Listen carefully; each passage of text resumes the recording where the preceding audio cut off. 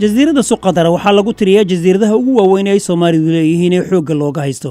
waxay caasha ku haysaa raaska Fartaag iyo xeebaha magaalada Caluula halka dhinaca bari ay kaga beegan tahay Khaliijka Cadan.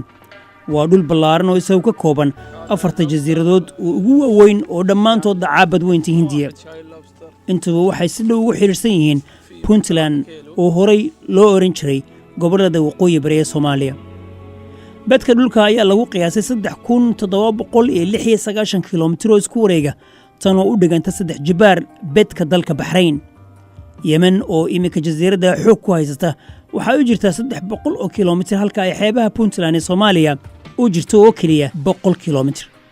afka hooyo ayaa lagaga hadli jiray jasiiradda Suqadara ka hor intii aysan Yementu si rasmi ah u qabsan oo aysan u qaramayn haba ugu badnaadeen qabiiladii halka deganaa Carabta Maxamuud Saalax iyo xoogaa Mushunguliya. walow qolyaha imika jasiiradda xoogga ku haysta ay sheegteen in Carabta Maxamuud Saalax ay qayb ahaan iyagu u dhasheen Yementa.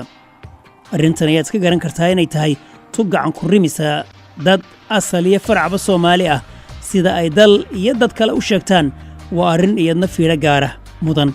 dad badan oo arrimaha Soomaalida iyo jasiiradda la socda ayaa sheega in sheegashada ay ku sal leedahay oo kaliya sidii jasiiradda loo dhalan rogi lahaa isla markaana astaa Carbeed loo siiyo.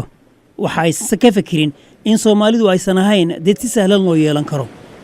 xilli Soomaaliya loo aqoon jiray libaaxii Afrika ayay dhowr jeer isku dayeen inay xoog ku soo celiyaan jasiiradda Suqadara. waana sababtii ay Yementu u taageereen Itoobiya dagaalkii 77kii ee Soomaalida iyo Xabashida. kolkaas ay dawladihii ka jiray Yemen hiil iyo hooba isla garab taageen daafi qurunleydii Xabashida. horjoogihii hore ee Yementa Saalax oo ay dadkiisu xabadda nafta goysa barqacad la dhaceen ayaa geedow Yemen fukba u fuulay sidii ay u dhalan rogi lahaayeen jasiiradda Suqadara. waxay Soomaalidu aad u wada xusuustaa horjoogihii USA ninkii hoggaanka uu qabtay halka ay taalla maanta Soomaaliya ayuu ahaa kii uu isagu shixnaduhuba uraray tantii keliya ee u saara xilligaalaha waxa ay noqotay inuusan sheegan jasiiradda Suqadara. arrintaa kol dambe caydiidka qudhiisa ayaa ka qiseeyey. jasiiradda Suqadara waa goobaha ugu muhiimsan ee dhulka Soomaalida xoogga looga haysto.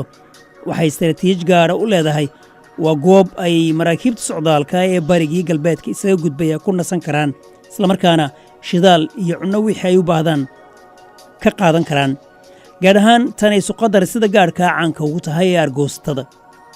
maanta Suqadara waxaa degan oo ay hoy u tahay 80,000 oo qof oo cid walba leh.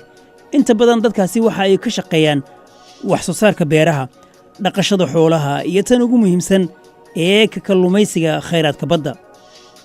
Saalax isagoo isdiidsiinaya in Suqadara ay dhul Soomaaliyeed tahay ayuu amar ku bixiyay in hortiisa lagu gubo buug af Carbeed ku qoraa oo ka qisaynayay taariikhda lahaanshaha Soomaalida ee jasiiradda Suqadara.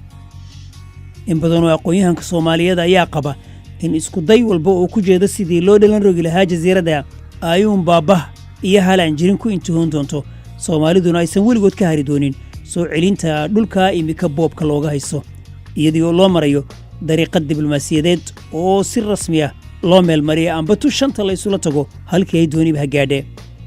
waxaa halkan xusid mudan in UNESCO iyo hay'ado dhowr oo caalami ah ay u aqoonsadeen jasiiradda Suqadara hoyga bilicda iyagoo ku tilmaamay mid ka mid ah goobaha ugu cajabta badan dunida kolka laga eego dhanka dabeecadda iyo noolaha halka eebbe ku beeray. imika oo Soomaaliya ay waayo xanuun badan iyo daal la gabadhacayso haddana waxa ay dacwad rasmi ah oo la xiriirta jasiiradda dhowr jeer gaarsiisay qaramada midoobay. kacfadhiyaan si rasmi ah loo shaacin ayaa marka badan gudoon goluhu dhammaan lagu gaaray in jasiiraddu ay taallo gudaha xuduudda Soomaalida taana lala xiriiriyay astaan muujinaysa lahaanshaha Soomaalida ee jasiiradda Suqadara.